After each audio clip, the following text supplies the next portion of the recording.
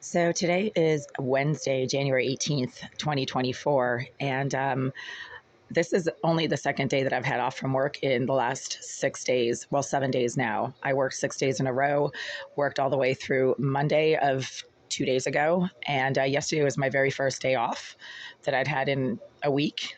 And I spent it being extensively and aggressively harassed by not just the psychotic, aggressive creep in 88 who likes to violently, repeatedly hit the wall, that spot right there, whenever he can see me doing things in this unit that he considers to be personal or private, but also by the sex offender, psychopath, and cybercriminal named Jasmine Irizarry, who has been smoking constantly in and around the premises of the bathroom located behind this wall, starting yesterday morning when I woke up at around 11 a.m. and tried to go into my bathroom to use the facilities.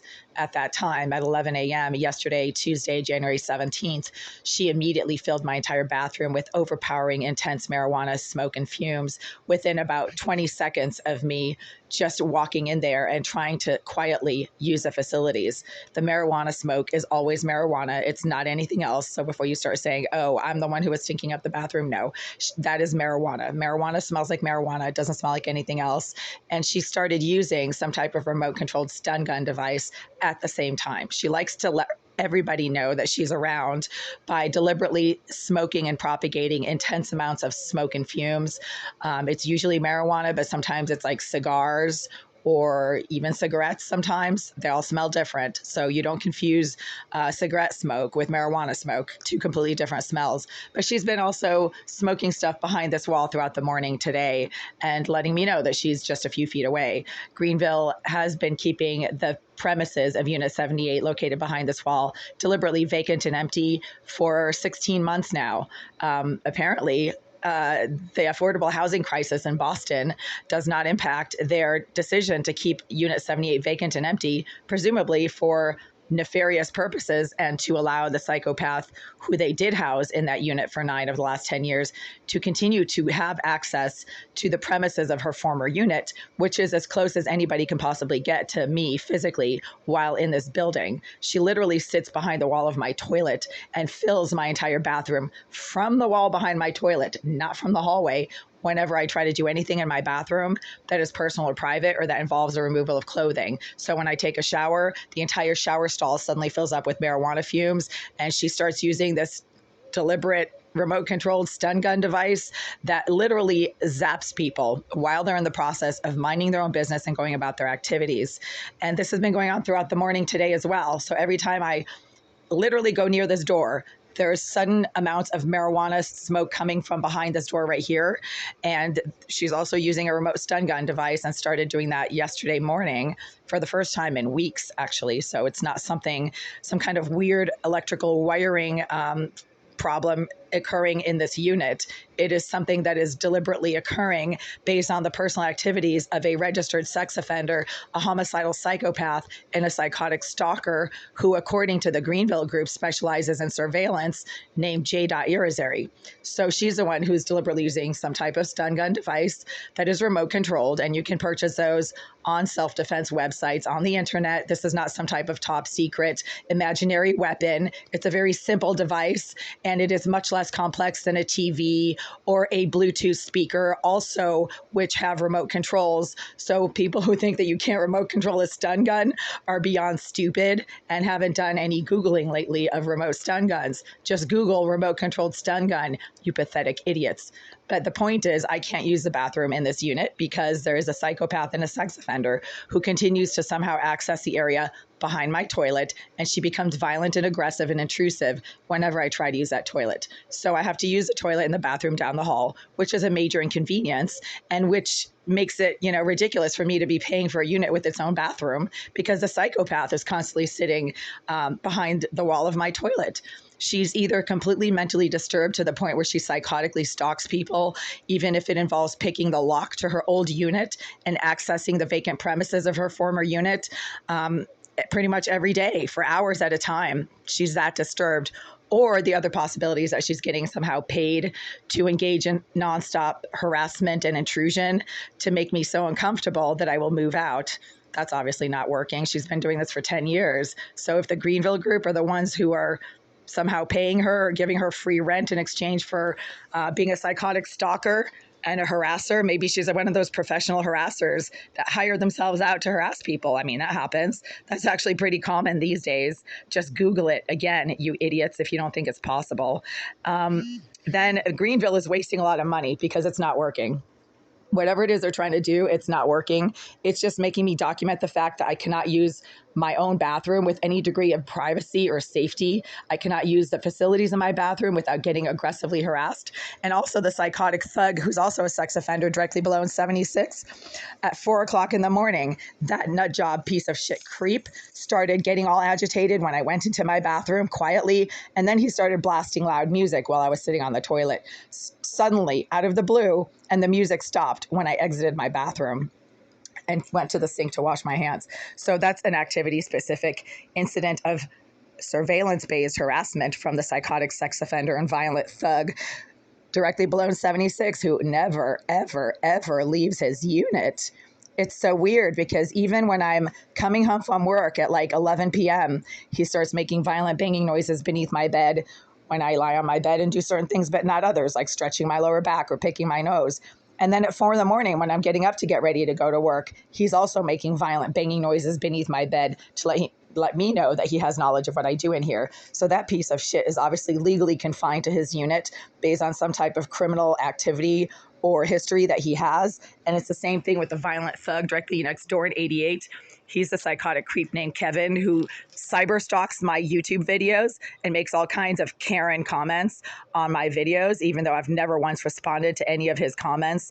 And there's no reason for him to be constantly stalking my videos. He makes comments on my videos within like 2 or 3 minutes of me posting them almost every single time I post them, which means that he's got some serious mental health issues, because stalking is a mental health issue. It is a disorder of the mind and of the body. You physically follow someone around because you're so disturbed that you think you have something to do with them and you don't. So that's Kevin, the sex offender in Unit 88 next door. And he likes to make violent pounding noises against that wall when I try to wash my hands at my sink after using the toilet. He has this weird, creepy hand fetish, and it's not something that I should even know about, except that he becomes violent against this wall whenever I do anything to take care of my hands and my feet. He's also got a weird foot fetish. So again, I can't use my bathroom with any degree of safety or privacy in here because all three psychotic sex offenders that the Greenville group has deliberately placed in Unit 88, in Unit 76, and in Unit 78's bathroom, which they're keeping deliberately vacant and empty so that the former resident can continue to access those premises, because she does, regardless of what they say that, you know, it's not possible or whatever. Of course it's possible. She can pick locks, and any lock can be picked, you pathetic morons. So she's picking the lock to her old unit and letting herself in, particularly during late night hours and early morning hours. So that's a distinct possibility that keeps happening. And she keeps pinpointing her physical location by filling this entire area right here with marijuana fumes that never come from the hallway. I've actually been in and out of the hallway multiple times throughout the morning today, and there's no fumes or odors in the hallway. But right now I have to go down the hall to the common bathroom because I cannot use my own bathroom with any degree of safety or privacy. And that's a breach of violation. That's a breach of habitation and violation of the lease. And I do not have to pay rent for this kind of harassment and intrusion that deliberately suggests, the rampant use of surveillance devices in my bathroom, which is illegal.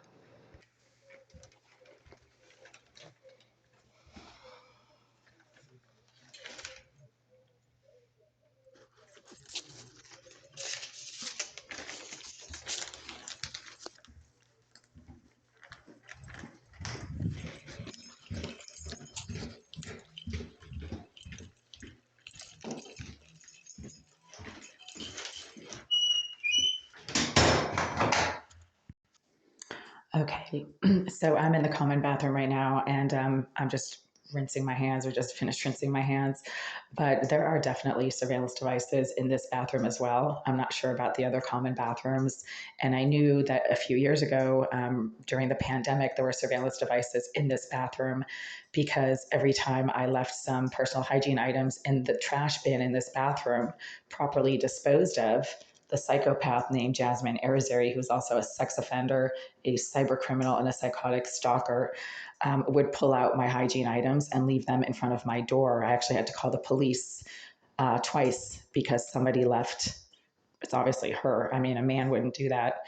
She's a sick and twisted, mentally disturbed, jealous piece of shit that has an issue with serious issues with other women and with other women's um, femininity, basically.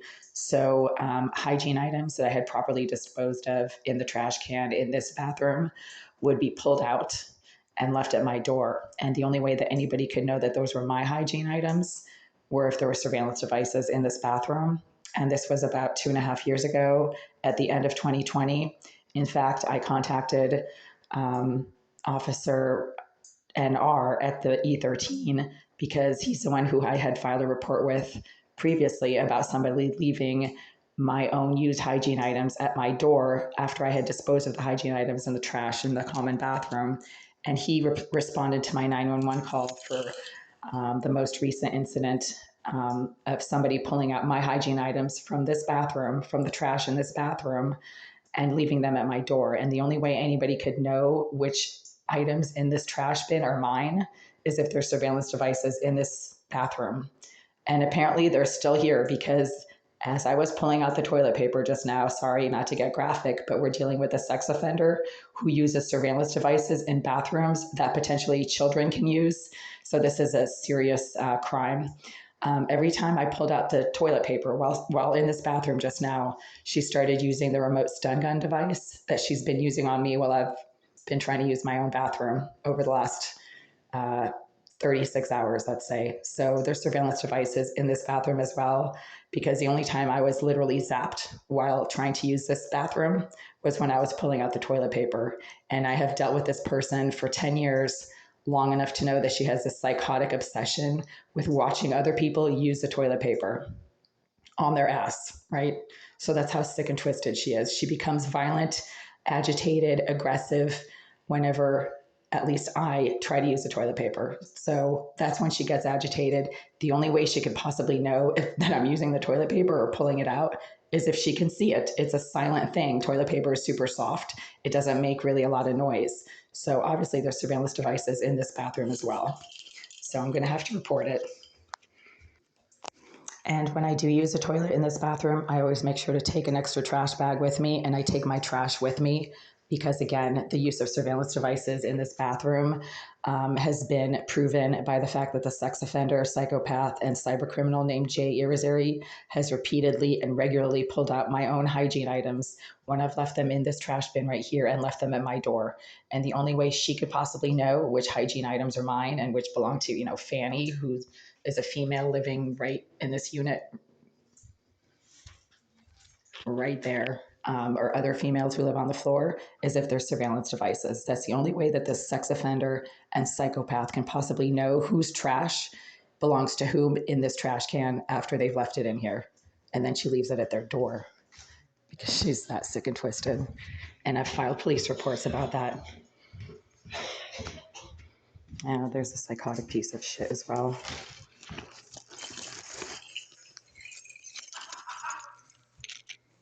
That piece of shit has some issues with women.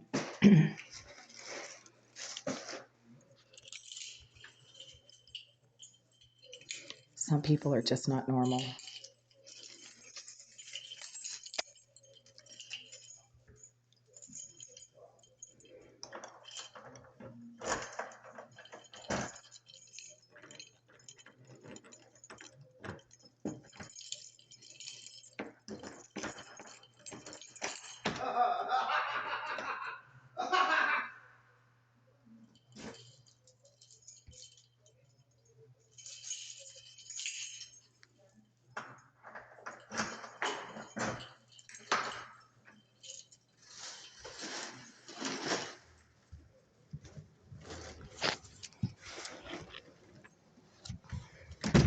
Well, if that doesn't sound like a crazy person to you, then maybe you need your head examined because that creep is not even remotely normal. And he's been doing stuff like that to me every single time I've come back from using the common bathroom.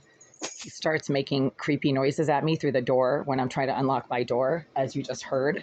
Hopefully, the really bad audio on this phone managed to record that sick and twisted sex offender creep in 88 making these creepy cackling noises at me as I was standing at my door. So that confirms my theory that there are also surveillance devices in the common bathroom. Because if there weren't, he wouldn't be making these cackling noises at me as if he somehow managed to get one over me, even when I use the common bathroom down the hall for privacy. So now I need to call Greenville, tell them that, there's the possibility of surveillance devices in the common bathrooms. And why are they allowing their sex offender and psychopath and their self-proclaimed surveillance expert? They're the ones who keep telling me that she's their surveillance expert. Why are they allowing that piece of shit to use surveillance devices in the common bathrooms? Children might be able to use that bathroom if they're visiting people, and then you've got a child porn issue on your hands, and that is directly the fault of the Greenville group.